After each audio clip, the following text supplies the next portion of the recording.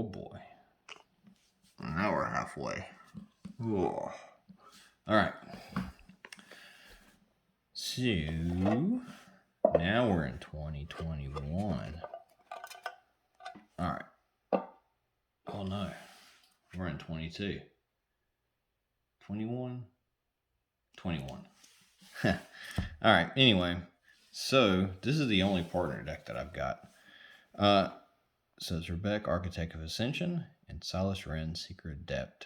So now we're into black, white, blue territory. So Celestran, when you do damage, if choose our artifact card in your graveyard, you may cast a card this turn. Okay. Artifacts you control are protection from each converted mana cost among artifacts you control, which I think is really neat. So they're a cool combo. So what you're doing is I'll power this down, first of all, because I had to cannibalize it to build my CEDH deck, which we'll get to later. So what you're doing here is you are building this to abuse the sacrificing of artifacts, but also give your artifact protection from your opponent. So you're trying to get a wide range of stuff. And initially, what I was doing with this would be play a bunch of cheap mana rocks. So CEDH staples really is what you're doing. So we can burn this. So Basalt Monolith, fast mana. Time Sieve, your second artifacts take an extra turn. So I went into Sphinx to power this down because I think Sphinx are neat. I don't really have a lot of other Sphinx. So that's really what you're doing is you're playing a bunch of Sphinx in here. And then you have a bunch of, I'd say, pretty good artifacts. Turning lands owners' hands. But you're copying artifacts and sacrificing artifacts. You don't really have to go, I don't really have to go too in depth. Obviously, Thopter Assembly plus Time Sieve. God. Professional quality here. Sacrifice for artifacts, take an extra turn for this one. And then Thopter Assembly, you make artifacts. So that's how you're getting some extra turns each turn. The old Enigma Sphinx. You know, surprisingly, a lot of these Sphinx have Cascade. They're pretty neat. And they look cool. So, you know, it works out sometimes it doesn't. You know, I used to run this guy to shut down Urza. So you can shut down your opponents. So when I was playing my Monobot Control, I would have Phyrexian Revoker in there. That way, my opponents couldn't play Urza. And always start your game with him in your hand. Sword of Sinew and Still. Reconstruction. Artifact card from your hand. Another Sphinx. I think that's funny right there. But yeah, these Sphinx are neat. So yeah, I guess this is a Sphinx tribal deck. You know? So you got a bunch of flying Sphinxes that essentially have protection from all kinds of converted mana cost. Unwinding Clock, Local Mana Torque, Sidri, which obviously she can be your own commander if you wanted it to. But she works really well in 99. Memnarch. Yeah, so you see a lot of, okay, all right, so this is where all my control pieces went into this. My God, you need it. So Karn plus Microsense Lattice means your opponent can't play their lands or use their lands. Winter Orb to slow things down. Fabricate a Look. Winter's Fair. Spellskite. Phyrexian Walker. It's just a 0-drop because you want to have a lot of 0-drops so you can get a lot of artifacts out. I don't remember the whole thing. Hannah, just because I've always had a crush on Hannah. This is a Therese Nilsson art. So that's what Therese Nilsson kind of looks like. But Hannah is Gerard Capshan's Capshan. Well, Gerard's girlfriend before she died, she was taken over by Phyrexian infections. Anyway, so yeah, you're playing a lot of control, and I've toyed around with this to do mill because I know you can, but I haven't really got too crazy into it. Cloud Key. And I think I took a Blight Still out of this. I can't remember. Oh, yeah. There he is. So it's Hidden Commander Urza. Oh, jeez. Lotus. Turnabout. the old Jingataxis. So, oh, there's a Grim Monolith. Yeah, whatever. So, I mean, there it is, Microsynth Lattice.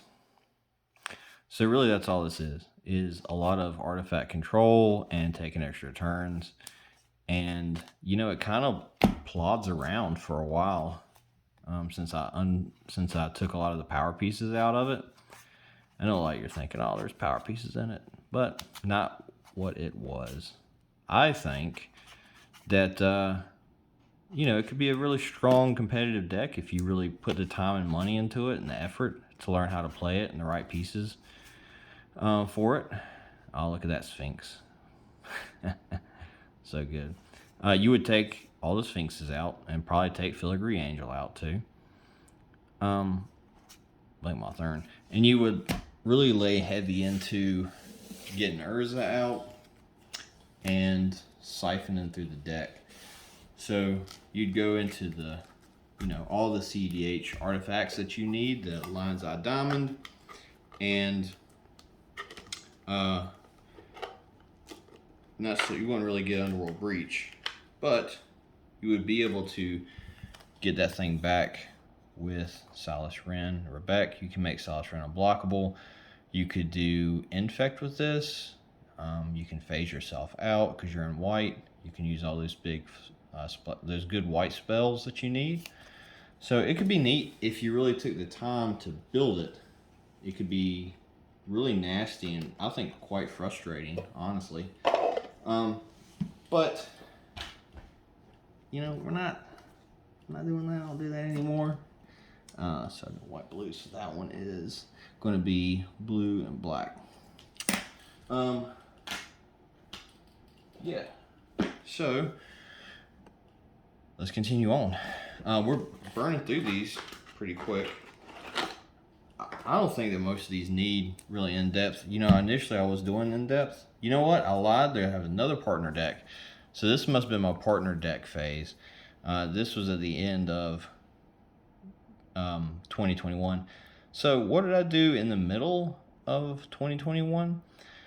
You know, I built those. But what I really did was a lot of drafting. I refined a lot of my decks. And while I was working, pretty busy out west, so I was doing that. But also, I was rebuilding decks, and I would make decks and then take them apart. You know, so a lot of those I don't really have anymore. Like I had Geseth at one point. I had a bunch of decks I just got tired of playing because they were bloated. They weren't going where I wanted to. Some of these decks I might have posted about, but I was doing a lot of, when I wasn't working, I was putting up deck tech videos, doing it like that. So this one, we're going to get into my Kamigawa block face right now, which was probably April last year, when I started collecting a lot of Kamigawa stuff. So I think this may be my Kamigawa Spell Sling deck. So what I did was Val Smasher the Fierce. When you cast your first spell each turn, choose an opponent random. He deals damage that base that spell's converted mana cost. So you use Sakashima to make a copy of Val Smasher. This is very common. So you can tell that I've, based on the last one that I built with the Celestran, and then this one, I started going into CEDH territory. I started leaning into the spell slinging, and then obviously because you're seeing the blue is starting to show up, right? So for this one, we got the black, red, and blue. You'll see later on that this became, well, this led me into my CEDH deck that I currently run. And when I say currently run, I haven't played CEDH in a while. Probably about a couple months, or maybe just a month, I don't know.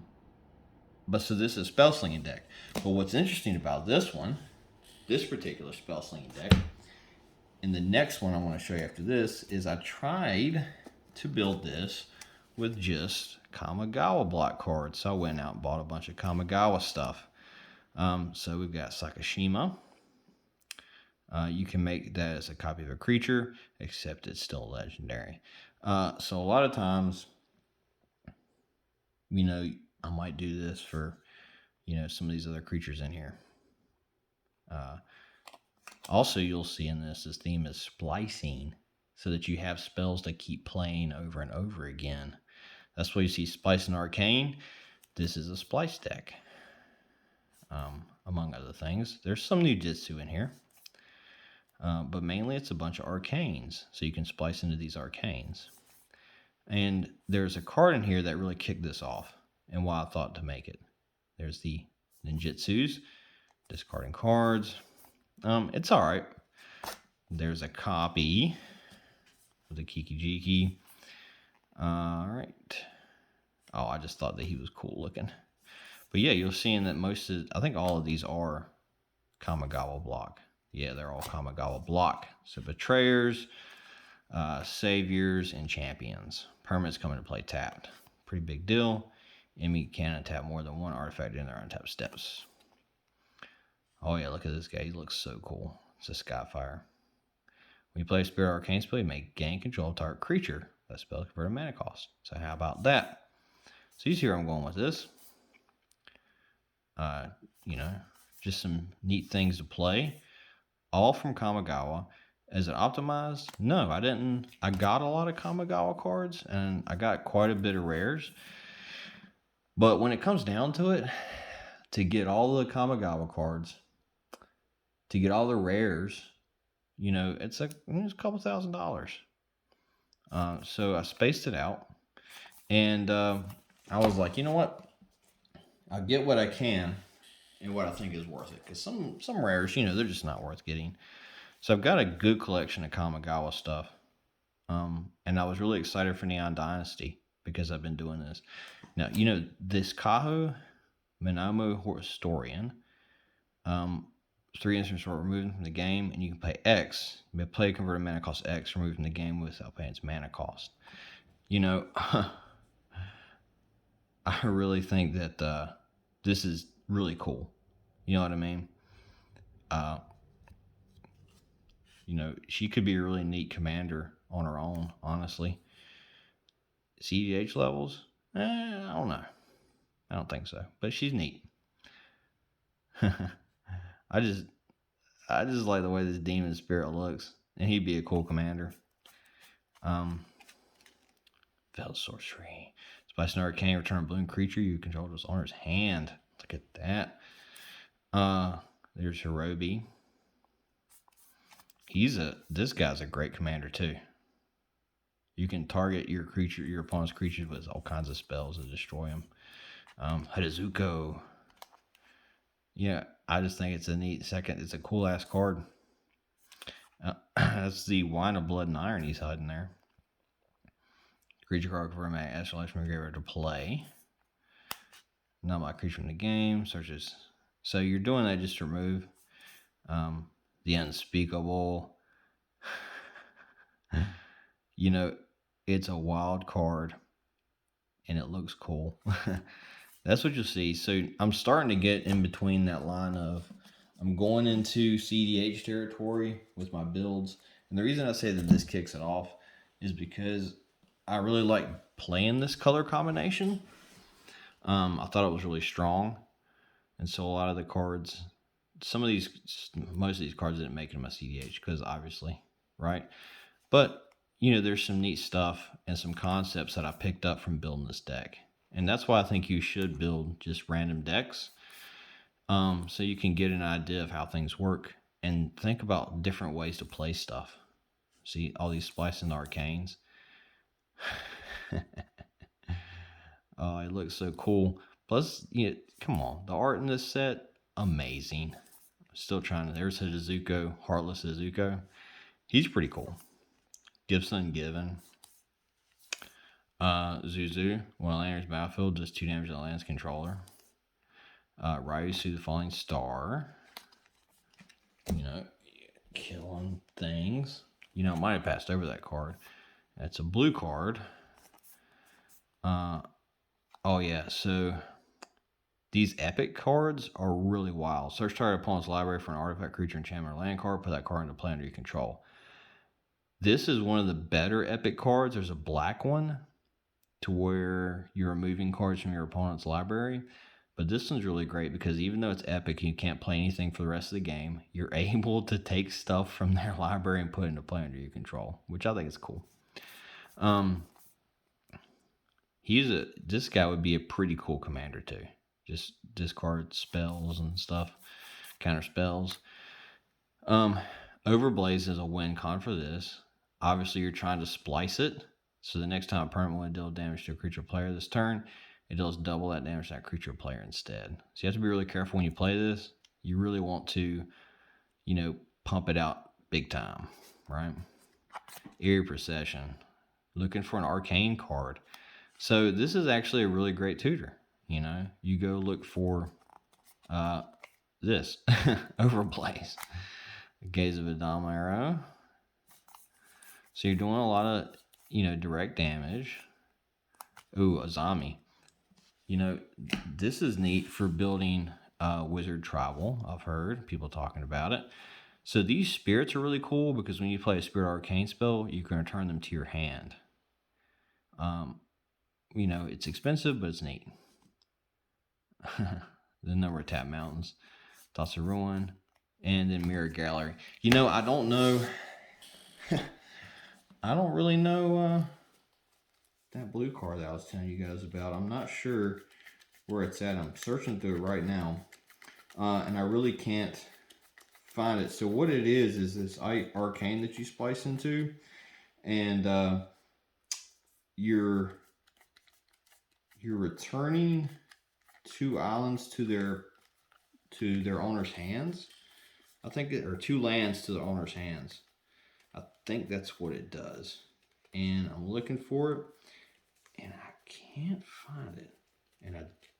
And it has a splice into arcane for like 4. So what you do is you just keep splicing it into these smaller arcane spells so that you're returning all their lands to their hand. And I don't know where it's at. So we'll just have to move on from here. So anyway, that was the Sakashima, 1,000 Faces, and Vile Smasher deck. Oh man. So we're still in the same time period, and we're at the Kamigawa block build. So, funny enough about that, there's only one other thing that you can do. It's a 5 color that comes straight from Kamigawa for commanders. So this is the second option for commanders in Kamigawa. And it is a name as 1. It's black and green. And it's actually pretty solid to get into those colors as a commander. As a commander himself, not very good.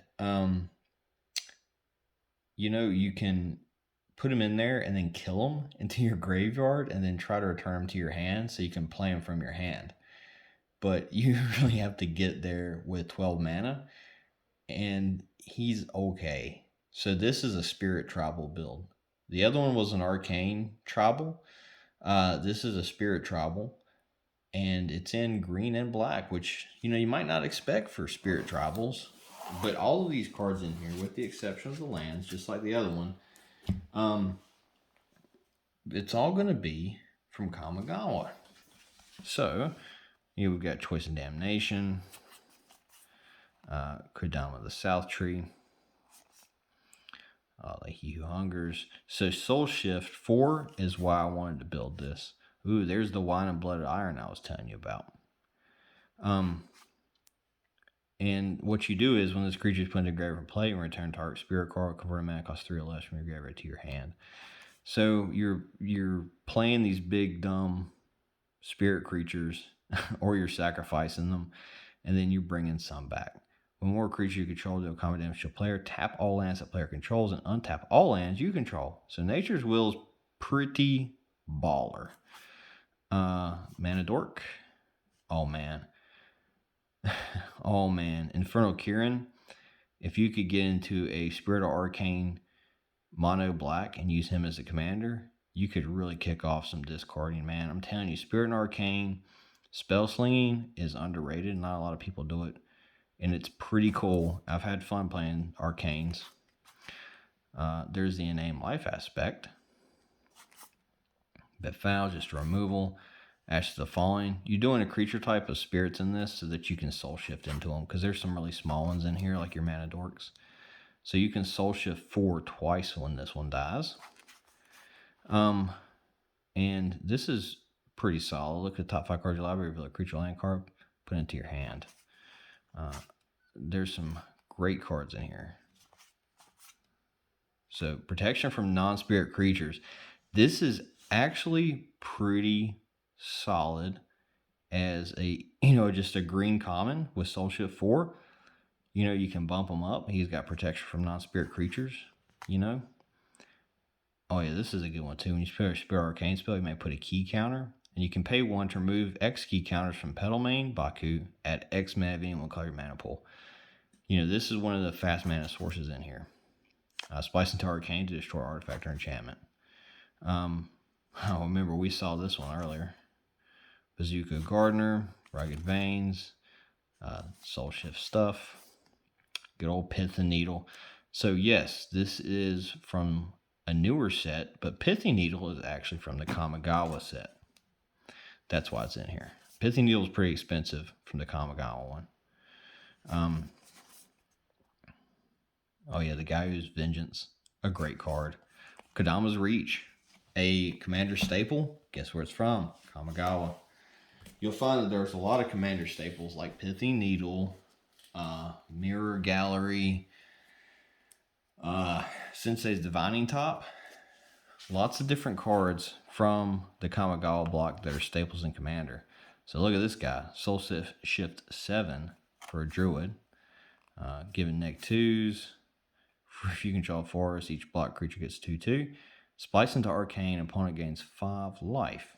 So you can splice that in Arcane to just giving your opponent. So Heartbeat of Spring is actually from Kamigawa. When a player taps a land for mana, the player adds 1 mana of any type that land produced. This is actually reprinted, but it's from Kamigawa. When you play a Spirit Arcane land, you may put a land card from your hand into play tapped. So this is one of the best cards in this deck to get your lands out, Lone Dweller. Because you have spirits and arcanes in this deck. That's all you've got, really.